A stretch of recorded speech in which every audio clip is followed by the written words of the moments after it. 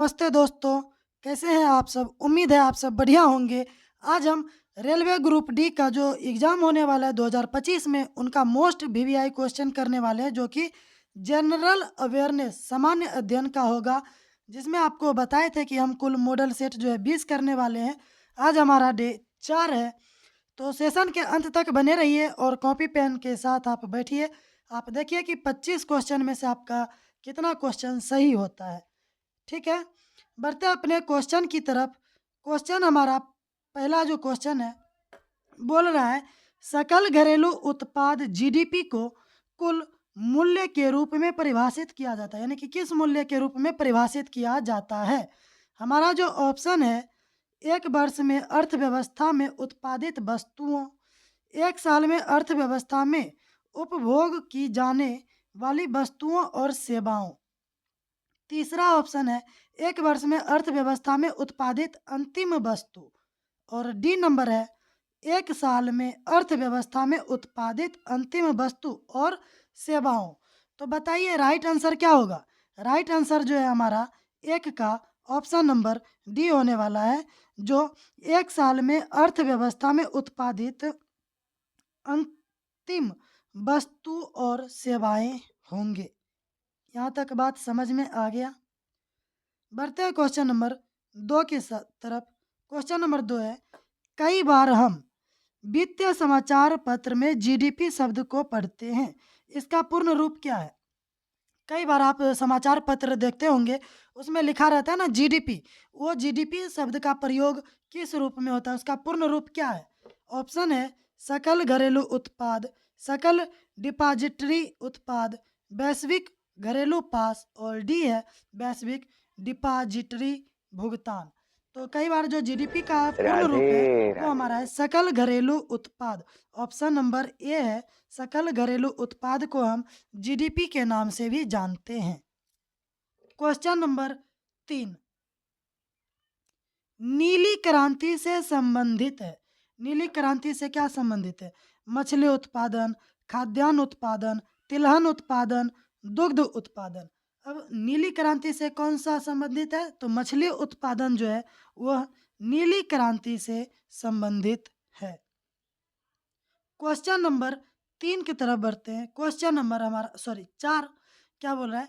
भारतीय दल अनुसंसाधन यानी कि अनुसंधान संस्थान किसमें स्थित है?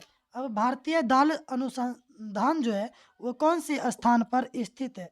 इलाहाबाद, कानपुर, फैजाबाद, लखनऊ। हमारा जो दाल अनुसंधान है वह कानपुर में स्थापित है, यानी कि स्थित है। कहाँ स्थित है? तो कानपुर में स्थित है दाल संस्थान।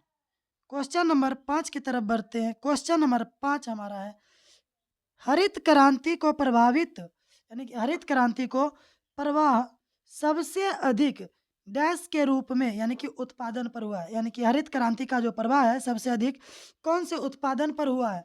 गेहूं, गन्ना, दाल या फिर तिलहन। हरित क्रांति का जो सबसे अधिक प्रभाव हुआ है वो हुआ है हमारा गेहूं से।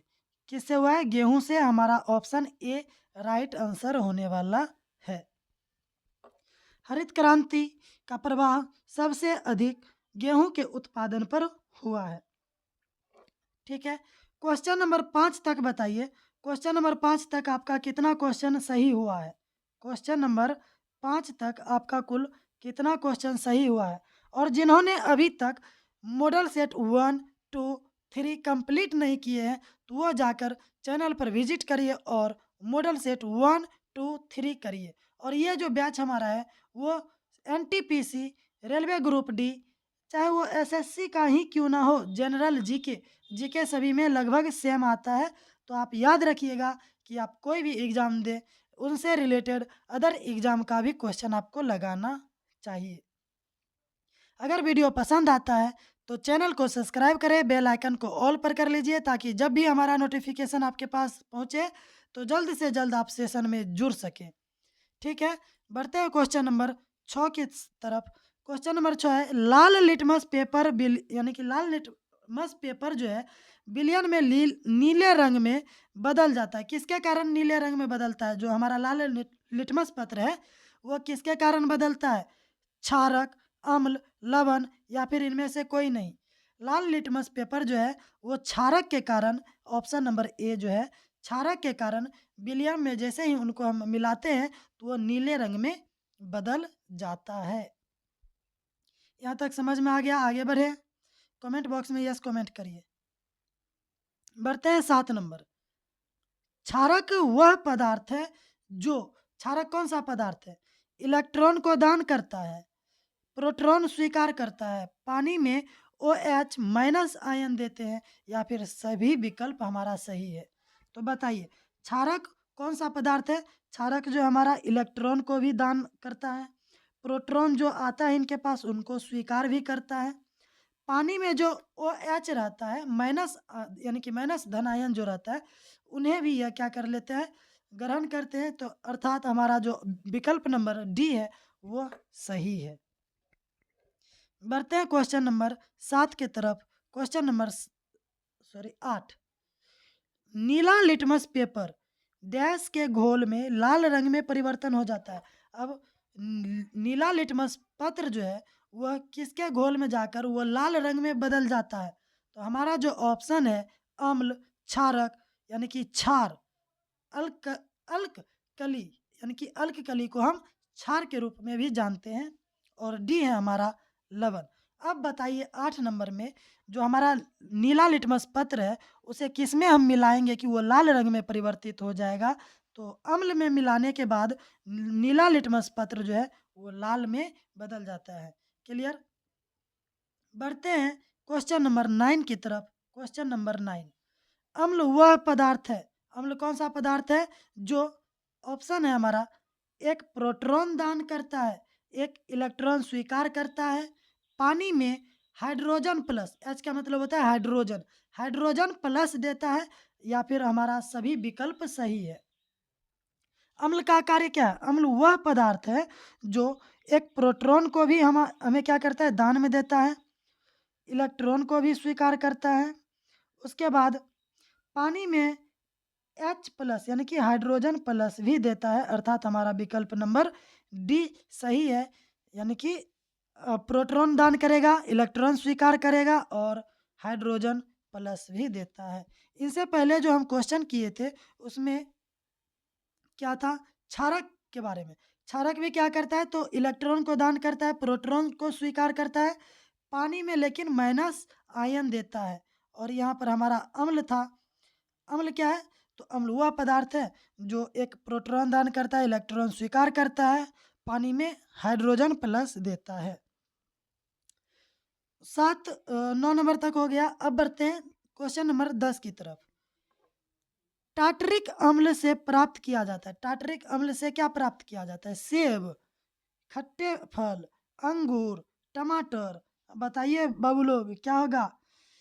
टार्टरिक अम्ल से क्या प्राप्त किया जाता है? तो टमाटर, यानी कि टमाटर में कौन सा अम्ल पाया जाता है? तो टार्टरिक अम्ल पाया जाता है। अब आप सब बताइए कि इमली और नींबू में कौन सा अम्ल पाया जाता है? इमली और नींबू में कौन सा अम्ल पाया जाता है? ये आप कमेंट बॉक्स में आंसर बताइए इनका। अब क्वेश्चन नंबर 10 तक हम लोगों ने कर चुके हैं, क्वेश्चन नंबर 10 तक पहुंच गए हैं। तो पहुंचने से काम नहीं चलेगा। आप सब ये बताइए कमेंट बॉक्स में कि आप जो 10 क्वेश्चन किए हैं 10 में से कितना सही हुआ है, ये कमेंट बॉक्स में भी बताइएगा, ताकि आपसे जो है और भी जो स्टूडेंट है वो क्या हो, मोटिवेशन उनको भी मिल सके। अगर वीडियो पसंद आता है ना तो चैनल को सब्सक्राइब करके रखिए, और लाइक करें, कमेंट करें, दोस्तों के साथ ज़रूर रिकमेंड करें ताकि उन्हें भी फ्री ऑफ कॉस्ट बेनिफिट मिल सके। टाइम वेस्ट किए बिना बढ़ते हैं क्वेश्चन नंबर 11 की तरफ। क्वेश्चन नंबर 11 है, संविधान के किस भाग में नागरिकता का विवरण दिया गया है? अब हमारा क्वेश्चन ये पॉलिटी का स्टार्ट हो चुका है, तो ध्यान दीजिएगा कि संविधान के किस भाग में नागरिकता का विवरण दिया गया है। अब हमारा जो ऑप्शन है 1, 2, 3, 4, नागरिकता किसके विवरण में दिया गया है, संविधान के कौन से भाग में दिया गया है नागरिकता का? हमारा जो राइट आंसर हो जाएगा वो हो जाएगा बी। अब भाग 1 में क्या है? तो भाग 1 में हमारा संघ राज्यों का क्षेत्र है, भाग 2 में है हमारा नागरिकता, 3 में है मौलिक अधिकार, सॉरी हाँ 3 में है हमारा मौलिक अधिकार, और 4 का जो है आप कमेंट बॉक्स में आंसर बताइए भाग 4 में किसका विवरण दिया गया है। बढ़ते हैं क्वेश्चन नंबर 12 की तरफ। बोल रहा है हमारे भारतीय संविधान में कितनी अनुसूची है? हमारे भारतीय संविधान में कितने अनुसूची हैं? तो ध्यान दीजिएगा, 8 अनुसूची, 15 अनुसूची, 12 और 9 अनुसूची। हमारे संविधान में जो है कुल 12 अनुसूची है। कितने अनुसूची है? 12 अनुसूची है। और संविधान में कुल कितने भाग हैं? संविधान में कुल 22 भाग हैं, जिसमें 395 अनुच्छेद मौजूद हैं। क्वेश्चन नंबर 13 की तरफ बढ़ते हैं। क्वेश्चन नंबर 13, भारत के संविधान का भाग 3 किससे संबंधित है? अभी देखिए ये सब एनटीपीसी में पूछा गया क्वेश्चन है, ये मत सोचिएगा कि नहीं पूछा है। भारत के संविधान के भाग 3 में किससे संबंधित है? अभी जस्ट आपको पढ़ाए हैं, बताइए। मौलिक अधिकार, राज्यों के निर्देशक सिद्धांत, मौलिक कर्तव्य या फिर नागरिकता। अभी जस्ट बताए ना कि भाग 1 में क्या है? संघ एवं राज्य, दूसरा में है हमारा नागरिकता, तीसरा में है मौलिक अधिकार। तो हमारा राइट आंसर क्या हो जाएगा? मौलिक अधिकार होने वाला है 13 का, ऑप्शन नंबर ए। और भाग 4 आपको बोले कमेंट बॉक्स में बताने के लिए, तो यहाँ पर भाग 4 के बारे में दिया है। अब देखिए मौलिक कर्तव्य और नागरिकता किस में आएगा? 2 में। मौलिक अधिकार 3 में। अब मौलिक कर्तव्य भी सॉरी पहले बी देख लीजिए। राज्य के निर्देशक, क्या है? राज्य के निर्देशक सिद्धांत, ये हमारा भाग किस में आएगा? बताइए फटाफट कमेंट बताइए कमेंट में। चलिए इसको हम आपके लिए होमवर्क दे देते हैं, CW। आप कमेंट बॉक्स में बताइएगा बी का। लेकिन हमारा जो राइट आंसर होने वाला है 13 का ए होगा। बी का आप बताइए भाग कौन से संबंधित है? राज्य के नीति निर्देशक तत्व जो है वो भाग किससे संबंधित है? क्वेश्चन नंबर 14, विषय शिक्षा से संबंधित है। शिक्षा से संबंधित क्या है? संघ सूची, राज्य सूची, समवर्ती सूची, अवशिष्ट सूची। अब शिक्षा से संबंधित जो है हमारा वह समवर्ती सूची होने वाला है, जो कि राइट आंसर हमारा ऑप्शन नंबर सी होगा। समवर्ती सूची जो है वह शिक्षा से संबंधित है। आप सब बताइए राज्य सूची किस चीज से संबंधित है? बढ़ते हैं क्वेश्चन नंबर 15, अस्पृश्यता का अंत से संबंधित भारतीय संविधान के अनुच्छेद डैश है। अब जिन्होंने अभी तक एक चीज याद रखिए, जिन्होंने अभी तक अनुच्छेद आर्टिकल नहीं पढ़े हैं, तो हम जो है हमारे यूट्यूब चैनल पर प्लेलिस्ट बना है अनुच्छेद का, आप वहाँ से अनुच्छेद कवर कर सकते हैं। जो जितना भी मोस्ट VVI इम्पोर्टेंट अनुच्छेद है उन्हें जो है हम यूट्यूब पे करा चुके हैं। तो जिन्होंने अभी तक वीडियो नहीं देखा है तो वो जाकर अनुच्छेद का यानी आर्टिकल का पूरा वीडियो वॉच कर सकते हैं। ठीक है, अब देखिए क्वेश्चन क्या है? अस्पृश्यता का अंत यानी कि छुआछूत का जो अंत है, छुआछूत का अंत से संबंधित कौन सा अनुच्छेद है? अनुच्छेद 15 है, 16 है, 17 या फिर 18? छुआछूत से संबंधित हमारा जो अनुच्छेद है, अनुच्छेद 17 में जिक्र किया गया है कि छुआछूत का अंत से संबंधित भारतीय संविधान का अनुच्छेद 17 है। ठीक है, अनुच्छेद 14 में क्या है? अनुच्छेद 14 में है, बताइए जल्दी से, अनुच्छेद 14 में क्या है? समानता का अधिकार। अनुच्छेद 14 में क्या है? तो समानता का अधिकार है। ठीक है, बढ़ते हैं 16, वर्धमान महावीर का जन्म कहाँ हुआ था? अब ये क्वेश्चन हमारा हिस्ट्री का है। किसका है? हिस्ट्री का है। तो ध्यान दीजिएगा, वर्धमान महावीर का जन्म कहाँ हुआ था? कुंडग्राम, कहाँ है? कुंडग्राम, कुंडग्राम, पाटलिपुत्र, मगध या फिर लुम्बिनी। तो महावीर का जन्म हमारा जो था वो कहाँ हुआ था? ऑप्शन नंबर ए, कुंडग्राम में हुआ था।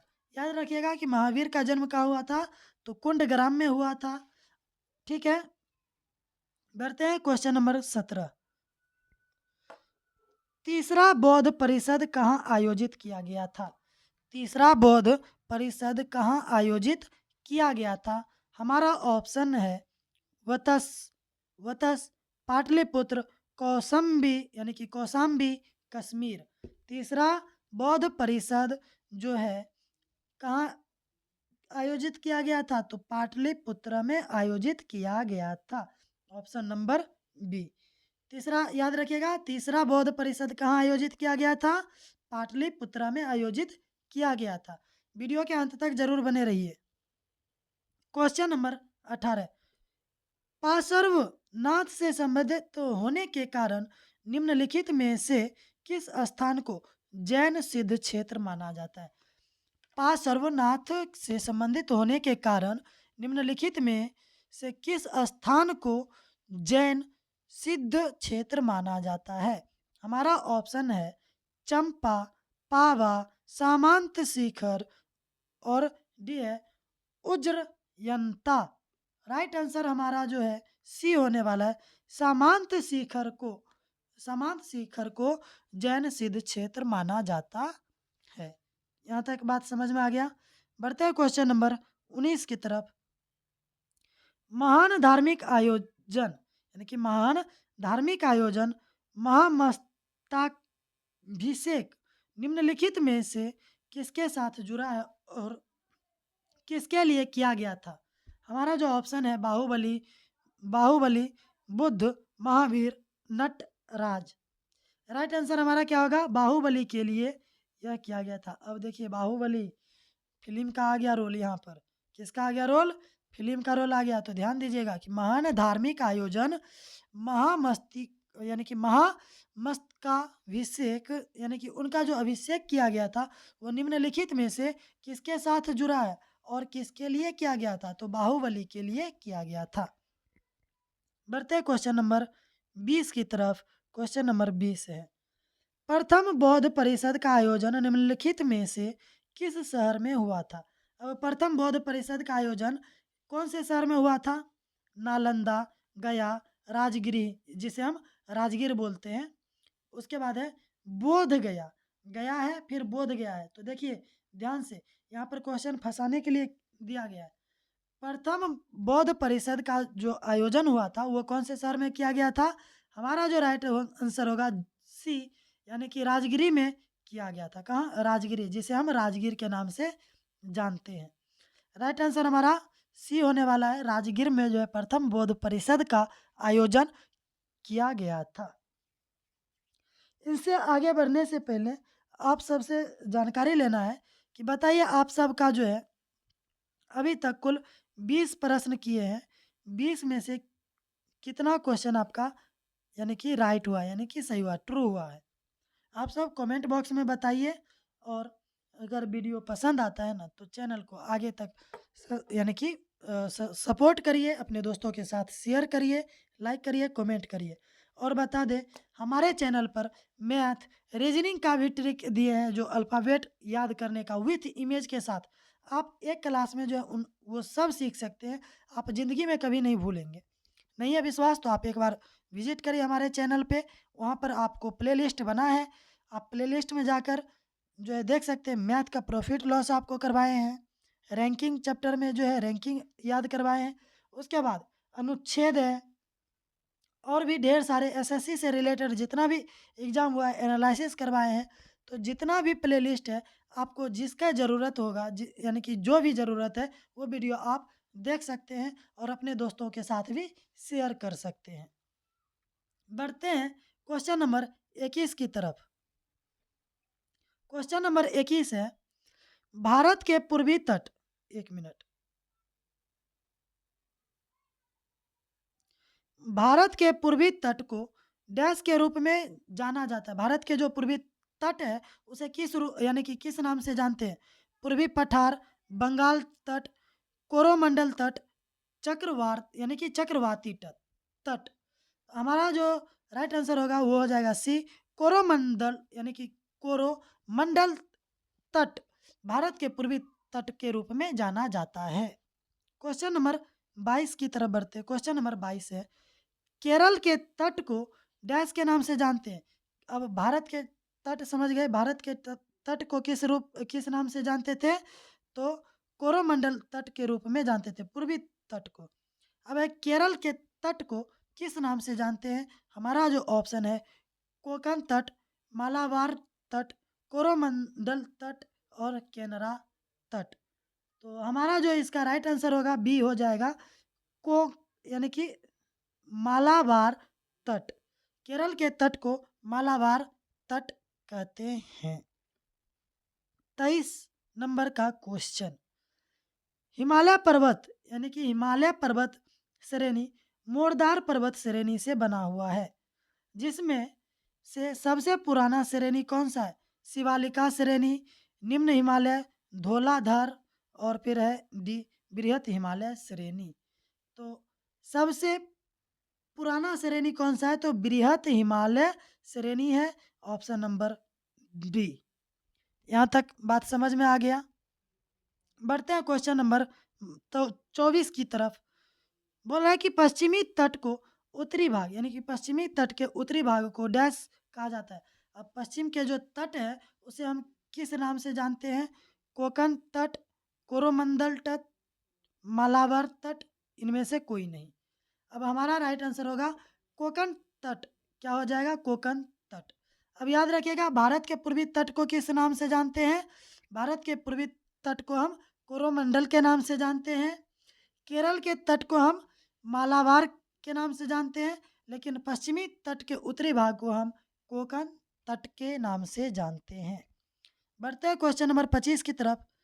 निम्नलिखित में से किस देश की भारत के साथ सबसे लंबी अंतर्राष्ट्रीय सीमा है? भारत के साथ सबसे लंबी अंतर्राष्ट्रीय सीमा कौन सा देश का है? बांग्लादेश, भूटान, चीन, पाकिस्तान। बताइए कमेंट बॉक्स में। हमारा राइट आंसर हो जाएगा बांग्लादेश। किसका हो जाएगा? Bangladesh, option number A. यानी कि भारत के साथ जो सबसे लंबी अंतर्राष्ट्रीय सीमा साझा करता है वो है बांग्लादेश। आज के लिए इतना ही। मिलते हैं नेक्स्ट वीडियो में मॉडल सेट 5 के साथ। और बता दें आपको, अगर वीडियो पसंद आता है तो चैनल को सब्सक्राइब करें, लाइक करें, कमेंट करें और अपने दोस्तों के साथ ज़रूर शेयर करें ताकि उन्हें भी बेनिफिट मिल सके। ठीक है दोस्त, मिलते हैं नेक्स्ट वीडियो में। तब तक के लिए जय हिंद, जय भारत, वंदे मातरम।